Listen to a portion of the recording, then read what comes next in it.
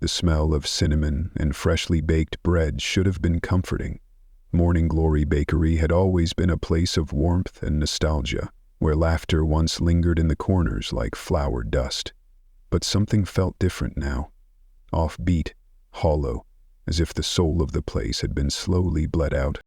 Jackson, hidden beneath a worn baseball cap and the humble attire of a job seeker, watched from a quiet corner.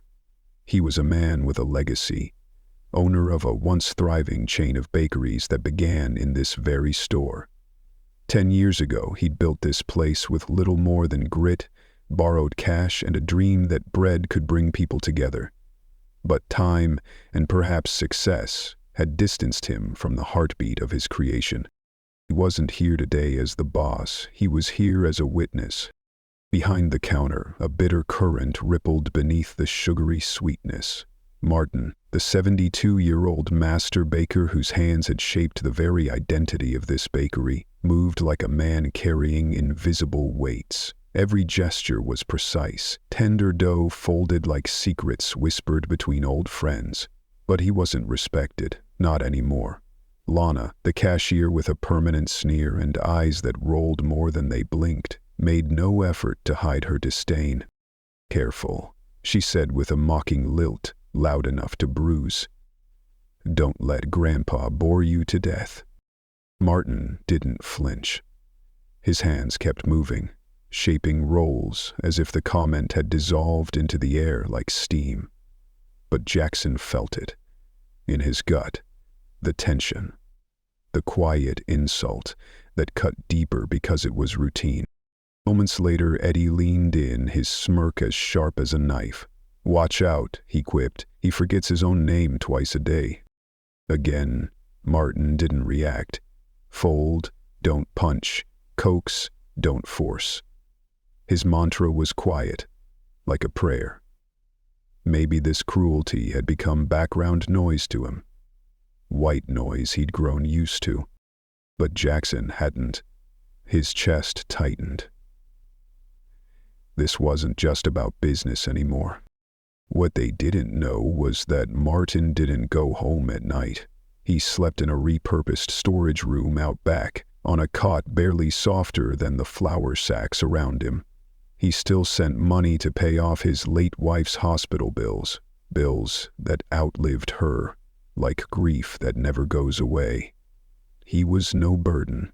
He was the backbone, and no one seemed to notice that except the man pretending to be no one. This wasn't a story of a man growing old. It was a story of a world forgetting to value quiet strength, of a business drifting from the principles that once gave it life.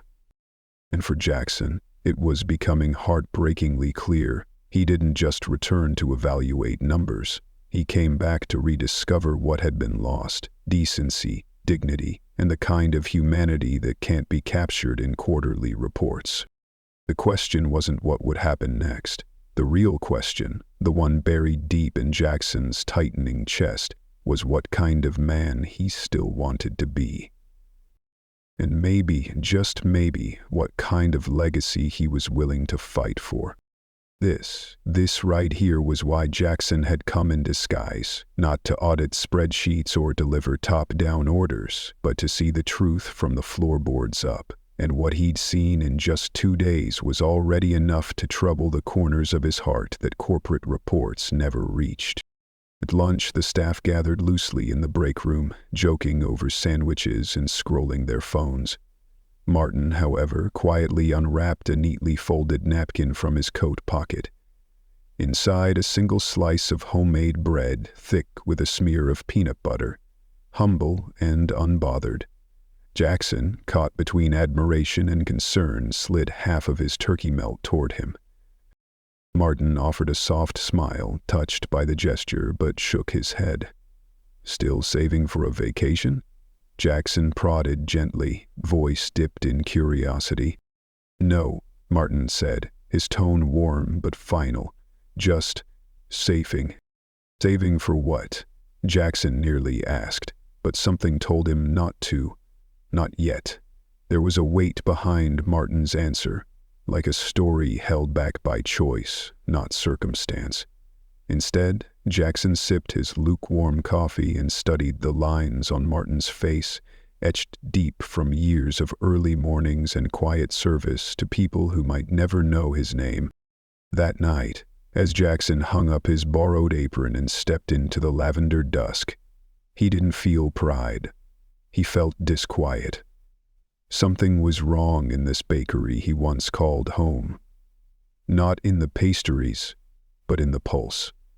It beat with something bitter now, and he promised himself that tomorrow he would listen closer. By dawn, he was already at the bakery's door, the sky still painted with sleep. Inside, Martin was there, as expected, sleeves rolled high, hands already dusted in flour, moving like time itself, unhurried but inevitable. He didn't greet Jackson with words, just a nod, as if they'd been coworkers for years. The rhythm of it all was deeply human, the kneading, the humming, the quiet. Martin wasn't trying to prove anything. He was just doing what he knew how to do best: make dough rise, morning after morning. As the sun cracked the sky and morning glory stirred to life, Jackson saw it all unfold. Kids pressed eager faces to the glass case. Regulars smiled over steaming cups of coffee. But beneath the surface, the same undercurrent tugged at his chest. Lana tossed him a glance sharp enough to cut. Eddie's laugh, hollow and forced, echoed near the espresso machine. But what Jackson noticed most was Martin. He moved slower today. His shoulders seemed to carry more than muscle strain. There was fatigue beneath the skin. When he bent to lift a heavy tray, a wince flickered across his face. Jackson rushed in to help. Martin didn't protest. That small surrender said more than any complaint. Later, a woman walked in, 2 kids clinging to her hands. Her smile was tight, clothes tidy but frayed. She counted out change for coffee and pastries, then whispered something to Lana. Jackson saw the flicker of tension. "You're short again," Lana said too loudly, her voice hard with authority. "I'm not supposed to let this slide, you know." The woman looked down, cheeks flushed with shame. Her child tugged her sleeve. That's when Martin moved. Wiping his hands, he walked over calmly, quietly slipped a folded bill into the register. Lana rolled her eyes, but rang up the order. The woman's face, lit with gratitude, was proof enough. She mouthed, "Thank you." Martin nodded once and walked back as if it were nothing. But it wasn't nothing. It was everything. Jackson kept watching. Martin greeted customers by name, remembered life updates no one else cared to track, whose daughter got into college, whose hip had healed. When a teen's card was declined, Martin was there again. No fanfare, no lecture. Just help. When Jackson finally asked Eddie about Martin, pretending to organize boxes in the supply room, the answer came fast. "Martin, he's been here too long, nice enough but slow, still clinging to old school stuff. Who even weighs flour by hand anymore?" Jackson smiled, but inside, his heart sank. The people who once shaped this place now seemed blind to its soul. That evening, after everyone had clocked out, Jackson watched Martin clean, every surface, every corner, not rushed, not distracted, purposeful, like he was preparing for something sacred. "We late?" Jackson asked softly. Martin didn't pause. "This place feeds a lot of folks. Best make sure it's clean enough to do it again tomorrow." There was no pride in his voice, just purpose. And as Jackson stepped into the cooling night air, he realized something crucial. Martin wasn't just a worker. He was the conscience of the bakery. And nearly everyone had stopped listening to him. By the 3rd day, Jackson knew the bakery's rhythm like a second heartbeat, the thump of dough, the hush before dawn, the distant hiss of milk frothing. But something sour still hung in the air, not in the ovens, but in the tone of voices, in the glances exchanged. Lana sighed whenever Martin stretched his back. Eddie tapped the counter like Martin's slower pace was an insult. Martin never complained, never asked for help, but Jackson saw the winces, the way Martin rubbed his wrist when no one was watching. And still, Martin showed up. Still, he stepped in when orders piled up. Still, he served with hands that carried more than just skill. They carried memory, grief, and a dignity so rare it almost felt invisible. Tomorrow, Jackson would decide what to do. But tonight, he was already changed. It happened in a place no bigger than a closet, the walk-in fridge, humming and cold, where truth sometimes slips through the cracks. Jackson ducked in to grab more butter. But what he got was something far heavier. Voices floated from just around the corner, low, urgent, and sharp-edged. "That old guy is slipping," Lana hissed. "He forgot to log a whole batch yesterday. Becca had to fix the books." Eddie's laugh, cruel and clipped, followed. "He's going to get himself fired without us lifting a finger." A beat of silence. Then Lana again, voice colder this time. "Or we could help it along. Seriously, how long are we gonna wait? My cousin's looking for work, faster, smarter, not stuck in 1972. He chuckled. "All we gotta do is stop covering for him. Let it all pile up. Maybe accidentally leave him near the till. Let Becca connect the dots herself." Jackson froze, his hand on the butter, heart hammering in his chest. This wasn't teasing anymore. It was a plan, a setup, sabotage wrapped in sarcasm and smiles. He held his breath as they walked past, their words slipping into the background hum of the bakery. When he finally stepped out, Martin was back at the dough table, quiet, methodical, unaware that the floor beneath him was being pulled away, inch by inch. Jackson tried to lose himself in the work, but their voices clung to him like smoke. Later, during a break, they sat outside on milk crates. The air was crisp, the kind that crept into your bones. Jackson sipped his weak coffee, watching traffic swell across the street. Martin eased down beside him, stiff but steady. "You good?" Jackson asked, feigning casual concern. Martin shrugged with a weary smile. "Just cold. Mornings take a little more now. I don't move fast anymore, but I make sure I move right." He looked out into the early light, eyes full of something deeper. Memory, maybe. Then he turned to Jackson. "You got a feel for dough. That's rare. Can't teach that." Jackson felt the guilt rise, thick and bitter. Martin didn't know who he really was. He didn't know what Jackson had overheard. And yet, here he was, still offering encouragement without strings. Back inside, the trap began to tighten. The register came up short, just a few dollars, but enough. Becca noticed. Her brow furrowed. "Probably a miscount," Lana said with a too smooth shrug. "Or maybe Martin forgot to log another comp." Becca nodded slowly, making a note. Her glance slipped toward the kitchen. Martin, still cleaning with the same steady rhythm, never looked up. That night, Jackson didn't go home. He waited in his car, engine off, breath fogging the windshield. He watched as Martin exited the bakery alone, locking the door behind him, a small duffel bag slung over one shoulder. But instead of heading toward the bus stop or parking lot, Martin turned down the alley. Jackson followed.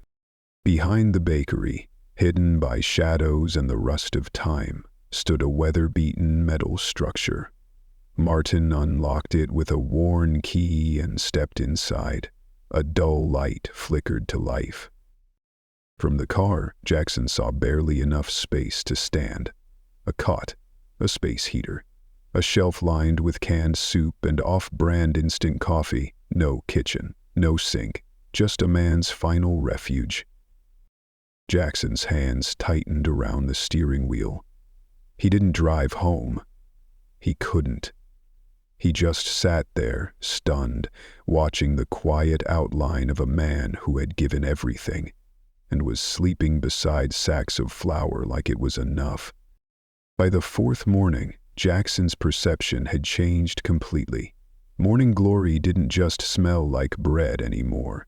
It smelled like sacrifice, like sorrow baked into the walls, hidden behind smiles and sourdough.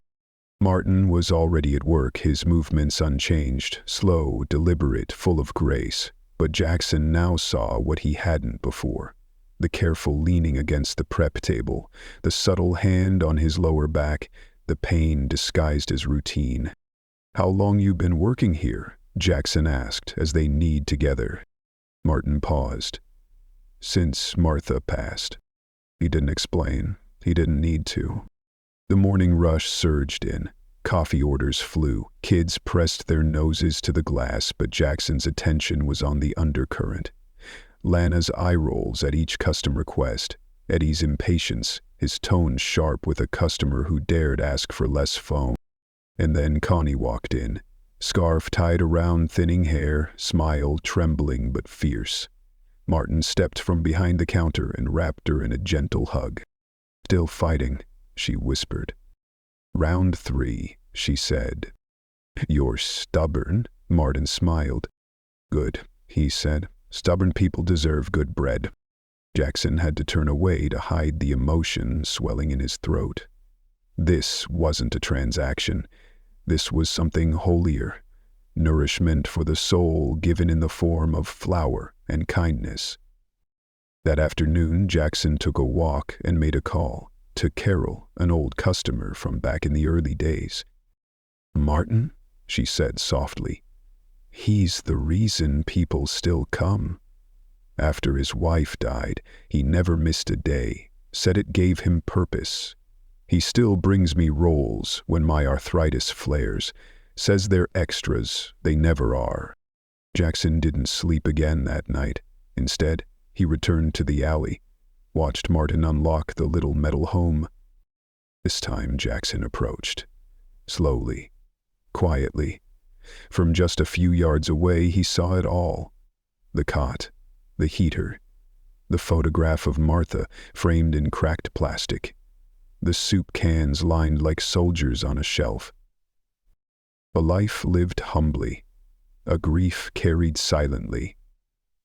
A man not waiting for praise, only the mourning. The next day, Jackson asked Becca, "How long has Martin been here?" "Longer than me," she said, eyes distracted. "He's never late, always helpful. But there've been a few inventory issues." Lana said she saw him near the register. Jackson nodded, but now he knew better. He pulled Martin aside before the shift began. "My stay?" he asked softly. "Why here?" Martin looked down at his hands, coated in flour, then out the window where a mother crossed with her child in a stroller. "This place matters," he said. "It's not just bread. It's a reminder, to someone, that the world still has warmth." Jackson didn't answer. Couldn't. The lump in his throat wouldn't allow it. He'd come here searching for answers. Instead, he found a man who had poured every ounce of love, grief, and dignity into a bakery that had forgotten his name. And he found 2 wolves in aprons waiting to devour him.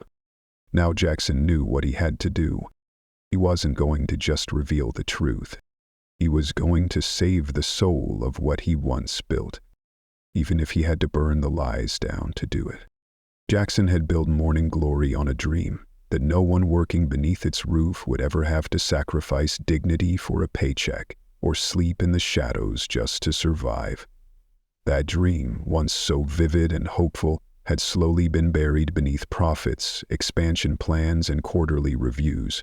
He had come here chasing numbers, but now, standing on the edge of what he knew had to be done, Jackson realized this was never about profits. It was about people. He saw it clearly now. Martin, a man who had given everything quietly, humbly asking for nothing but the chance to serve others, was being dismantled by two people who didn't understand the first thing about loyalty, honor, or sacrifice. The next morning, Jackson didn't walk straight into the bakery. He parked down the street, hands on the wheel, staring into the quiet dawn. He had calls to make, real ones. He reached out to Carol again, the woman whose words had reignited his conviction. Over coffee at a nearby diner, he revealed who he truly was. Her eyes widened with recognition, not shock. "I always knew you weren't just another temp," she smiled. "You listen more than most bosses ever do." He asked her for help. "For Martin," she replied, eyes shining. "I'd do anything." By the time Jackson returned to morning glory, it was already in full swing. Martin, as always, moved with gentle determination. A little slower, maybe, but not a trace of complaint. He hummed a tune only he seemed to remember, shaping roles like they were a form of prayer. Meanwhile, across the room, Lana and Eddie whispered with mischief, casting glances toward the kitchen. But Jackson no longer needed to guess their thoughts. He already knew. That afternoon, Jackson met with Melissa, a single mother introduced through a local community outreach. Her eyes were cautious, her posture humble. He laid out the plan. She would come in with her daughter, order something simple, and when it was time to pay, discover she was short. "Be honest," he said gently. "Let things unfold." "I don't want to get anyone in trouble," Melissa said, hesitant. "You won't," Jackson assured her. "You'll be helping someone who's been carrying too much for far too long." The next morning came heavy. Jackson dressed as before, in worn jeans and an old flannel, cap pulled low, but everything about his stance had changed. He wasn't just here to observe. He was here to end it.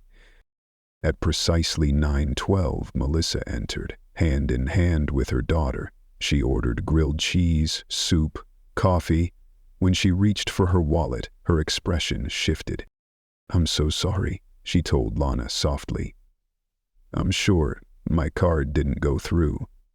I'm $11.00 off." Lana let out a sigh designed to draw attention. "We're not a charity," she said, voice raised. "You should have checked before ordering." Melissa's face burned red. Her daughter looked up, confused. "I can help clean," Melissa offered. "Just an hour or two." "We've already got a dishwasher," Lana sneered, glancing at the kitchen, though maybe he'd like to help again. Then, louder, "Hey, Martin! Charity case, up front." Martin appeared almost instantly, hands still wet from dishes. He looked at the mother and child, then reached into his pocket. "Here," he said, placing a worn $20.00 on the counter. "Cover their meal. Give the girls something sweet." Tears welled in Melissa's eyes. "I'll pay you back." "No rush," Martin smiled. "Just enjoy the day." But the kindness didn't melt Lana or Eddie's hearts. Instead, they exchanged a glance, smug, satisfied. The trap had been set. Jackson knew they thought they'd won. But tomorrow the truth would rise. That night, he called a retired police officer, his regional manager, and a quiet old friend, a technician who owed him a favor. By morning, new security cameras had been installed. Hidden behind fixtures, they captured the register, the prep station, and every inch of the store floor. When Martin arrived at dawn, brown paper bag in hand, his gait was soft, stiff, worn from years, not days. Jackson greeted him with a nod. At 7:00, Lana and Eddie strutted in, giggling over a meme on Eddie's phone. "Today's the day," Lana whispered. "June inventory," Eddie replied. "Time to push the old man over the edge." Jackson bit the inside of his cheek. Not yet. At 11:08, Becca emerged from the back office, clipboard in hand, brows drawn tight. "We're short again," she said. "Another $28.00." Lana stepped forward. That's strange. I saw Martin by the till yesterday. Maybe he... Eddie picked up. Not accusing anyone, but it's risky having someone near the cash who isn't trained. Martin looked up from the sink. She couldn't pay. I helped. Lana scoffed. Funny how the money's not in the drawer. Becca frowned. Martin, this is the third time. I've never taken from the register, Martin said softly, only added to it. Then came the silence, the moment they thought they had him, until Jackson stepped forward. You're right, he said. It's against policy. He reached into his pocket, pulling out a small remote. But the cameras are working now. He turned toward the dining area. A screen usually showing menus flickered, then shifted to video, crystal clear, time-stamped. Eddie shortchanging a customer, Lana avoiding a transaction, and Martin placing a bill into the register, touching nothing else. The room went still. Martin has done nothing but give, Jackson said, voice calm but ironclad. You two tried to break the man holding this place together. Lana stammered. Eddie stepped back. We didn't. We'll be reviewing everything, Jackson said. The cameras are just the beginning. He turned to Martin. Thank you for all of it. And for the first time, Martin didn't look tired. He looked seen. Silence filled the bakery. A spoon clinked in a mug. Outside, sunlight glinted off the glass. Jackson stood tall, no longer hiding. My name is Jackson Hale, he said. I built Morning Glory. And this week, I've worked beside you, not as your boss, but as someone trying to remember what this place once stood for. He scanned the room. Faces were stunned, some ashamed. This business was never just about bread, he continued. It was about people, and somewhere along the way we lost that, but we can still find it again. Then he turned to the man by the sink, the man who had quietly saved the soul of a bakery. Martin Lawson, he said, embodies everything I ever hoped Morning Glory would become. Morning Glory was always meant to be more than a place that baked bread. It was supposed to be a haven, a small sanctuary built on decency, where no one would ever have to hide their struggle just to survive. Yet somehow, amid all the growth, the branding, the business expansions, that original heartbeat had been buried beneath silence and spreadsheets. But no longer. That morning, as the truth settled into every corner of the bakery, Jackson faced Martin fully, his voice steady but thick with emotion. You've fed people who couldn't pay. You've worked long past your hours without logging a minute. You've kept this store clean and kind when others only saw chaos. You've given more to this bakery than any profit margin ever could. His throat caught for a second. Then, regaining composure, he added, I don't just owe you an apology. I owe you the truth. Turning to the room, his voice sharpened with clarity. Lana, Eddie, you didn't just break policy. You tried to break a man. A man who sleeps in a metal box behind this store because he's still sending money to his daughter. Still paying medical debt for a wife who passed years ago. A murmur rippled across the room. Someone near the back whispered, He sleeps where? Jackson nodded. Right behind this building, in a space smaller than this counter. Then he looked to Becca, his tone no longer accusing, but accountable. If security was broken, that's on management. If inventory mistakes were overlooked, that's on leadership. But today, the cost of ignoring humanity stops here. Eddie opened his mouth, but Jackson raised a hand before he could speak. No excuses. I've seen enough. Both of you. Your employment here is terminated. Effective immediately. The footage is being submitted to the authorities. Lana didn't wait for another word. She turned, face burning red, and stormed out. Eddie hesitated, looking around the room like he might find a trap door. But there wasn't one, just the gaze of people who'd seen the truth. Silence followed, but this silence didn't feel like shock. It felt like something deeper. Acknowledgement. A few customers began to clap, softly, respectfully. An elderly man at the bar said aloud, "About time someone said it." Jackson didn't smile. "Not yet," he said.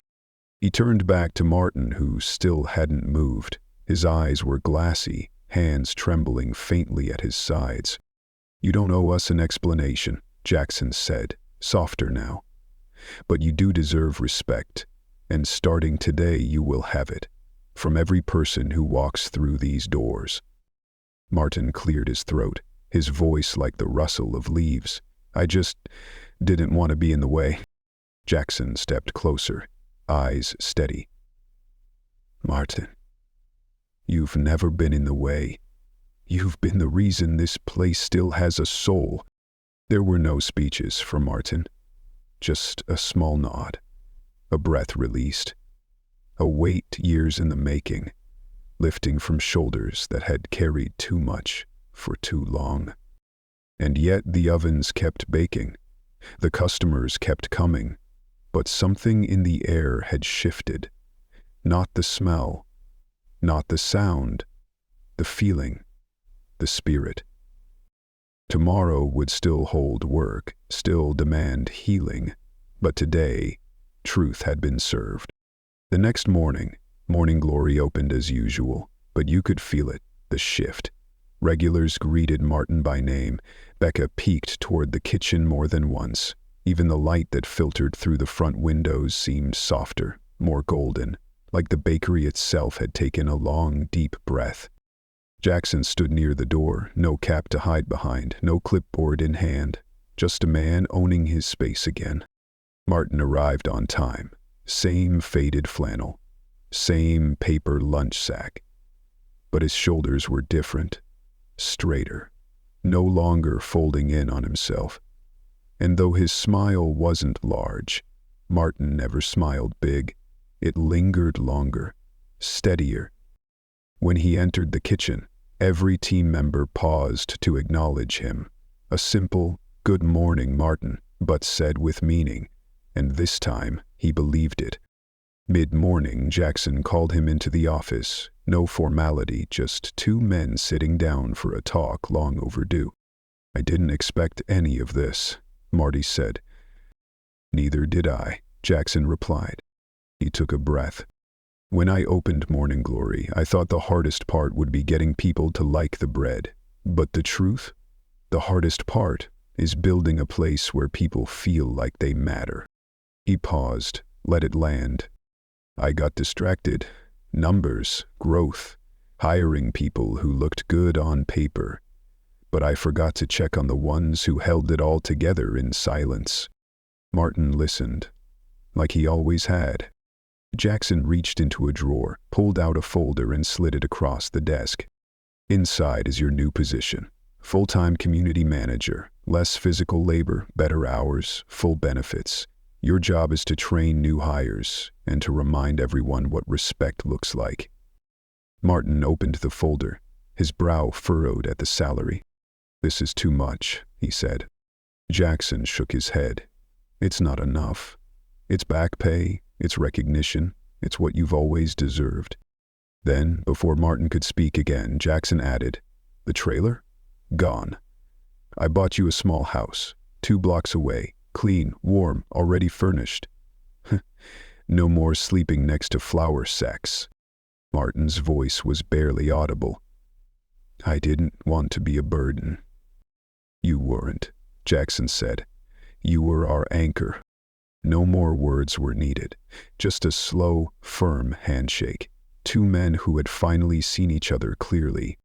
Later that day, Jackson gathered the entire staff. He stood on a small stool behind the counter, not to appear taller, but so everyone could see him. Customers included. "Starting today," he said, "Morning Glory is changing. Every employee will receive a living wage, health care, and emergency support, because this isn't just a bakery, this is a community, and no one in this community should have to choose between paying rent and doing the right thing. The room held stillness, the kind that means people are truly listening. Then came applause, not loud, not performative, just honest.